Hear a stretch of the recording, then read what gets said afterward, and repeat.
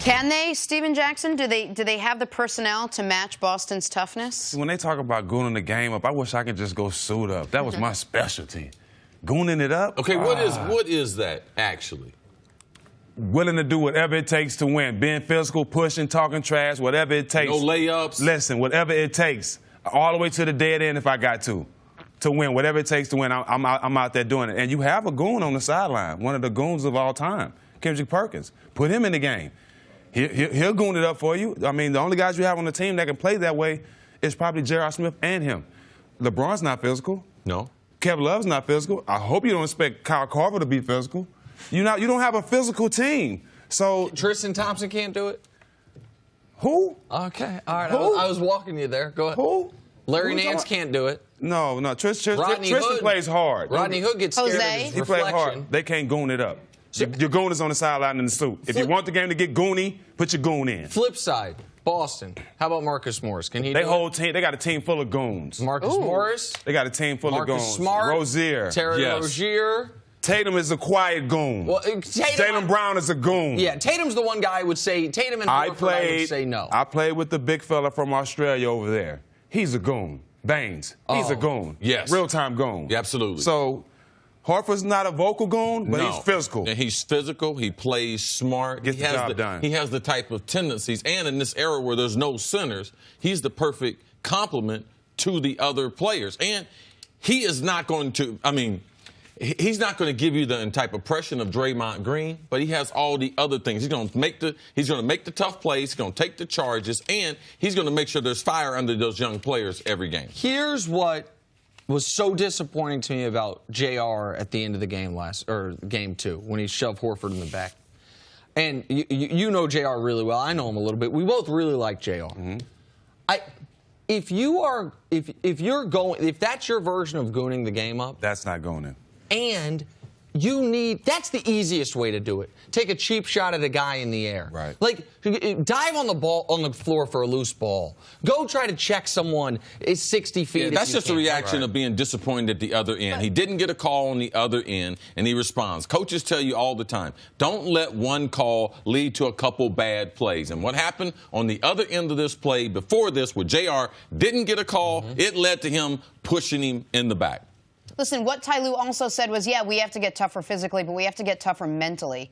How far do they have to go to get back into this game mentally? What are they lacking? What are they missing? Why wouldn't they be? If this is as must-win as it gets for a lot of these other players. It's a lot of questions that need to be answered for them right now. But the only answer that I have is they're going home and they have the cane.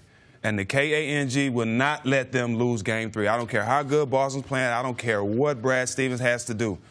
I really feel like the King is going to will this way, especially going home. Like I said, they always play good playing home, going home. And a lot of guys might hit shots now that they're going home. But I don't think LeBron's going to let them lose. What Ty Lue's talking about when talking about being mental tough, Jen, he's talking about doing things the way they had installed the game. Not getting rattled. Once you get into the real live situation, let's go through what our game plan was. Let's not get caught up in the emotion of it. It's doing your job with a great deal of intensity, but also having a great deal of detail to it. We understand what the game plan is. We know where we want to get the ball. We know what we want to stop them from doing. Let's be able to do that. So that's the type of laser focus that Ty Lue is looking for from this team. And that's what Boston have. It's hard. You got these young guys on this team. They've been through a lot of adversity during the season and the playoffs, but they kept their composure the whole season. During the playoffs, during the regular season, when guys went down, when they lost games, they kept the composure. They don't get rattled. You can't really teach that. These young guys have that, and that's why Boston's been so successful. And here's the other thing that Cleveland has to be able to get back to. I know they were a terrible defense throughout the regular season, just like they were a terrible defense the regular season last year.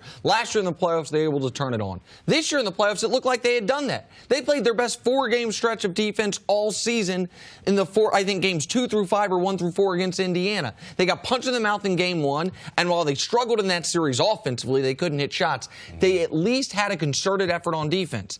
And then, in a weird way, blowing Toronto out the way they did, it seems to me like it was almost bad for them. It made everyone relax to a degree. LeBron's playing at this super high level. We're hitting shots again. We're the overwhelming favorites against Boston. I think they were probably thinking they were going to end up playing Philly. They got happy they're playing Boston. Right. And they didn't respond to getting embarrassed in game 1. They didn't respond to LeBron being awesome to start game 2. And the defense never showed up. We know this is not a physically a good team. We know that when you don't play good defense, it's hard to goon up the game or it's hard to be physical. They are an offensive team, get up and down the court, shoot the three, and LeBron James. So if you want to watch something, Jenna, it's something you picked out in game number 2. Let's watch the body language of the Cavs player. Let's watch their eyes. Let's watch how they roll their eyes at each other. Let's see if they are this unhappy couple that they don't want the public to know about when they get into game 3. Because for me, I believe that gives a young Celtics team, it gives them confidence. If they see that in the Cavs' eyes, I believe it lights a fire under these young players. And one thing about LeBron, what is true is this. If he sees that his teammates are not there, we have seen this from LeBron a few times in the past. When he feels like, man, no matter what I do not have a winning hand, he will keep playing at a high level. But he's not going to be the emotional support leader these guys are going to need. Like, if these guys are not locked in, he is not going to be rah-rahing. He can still go for a 40-point triple-double, but he's not going to be a guy to get you back in the game mentally if you don't come to the game ready mentally. When he's playing potentially his last 2 games in Cleveland, now's the time to pull out the Michael Jordan. If you got to punch a teammate, do whatever you got to do. LeBron got to get them 2 wins, not 1 in these 2 games. Thanks for watching. Subscribe here to get the latest from the show. Also, be sure to check out more of the best clips from First Things First, or go watch a few segments from our other shows on FS1.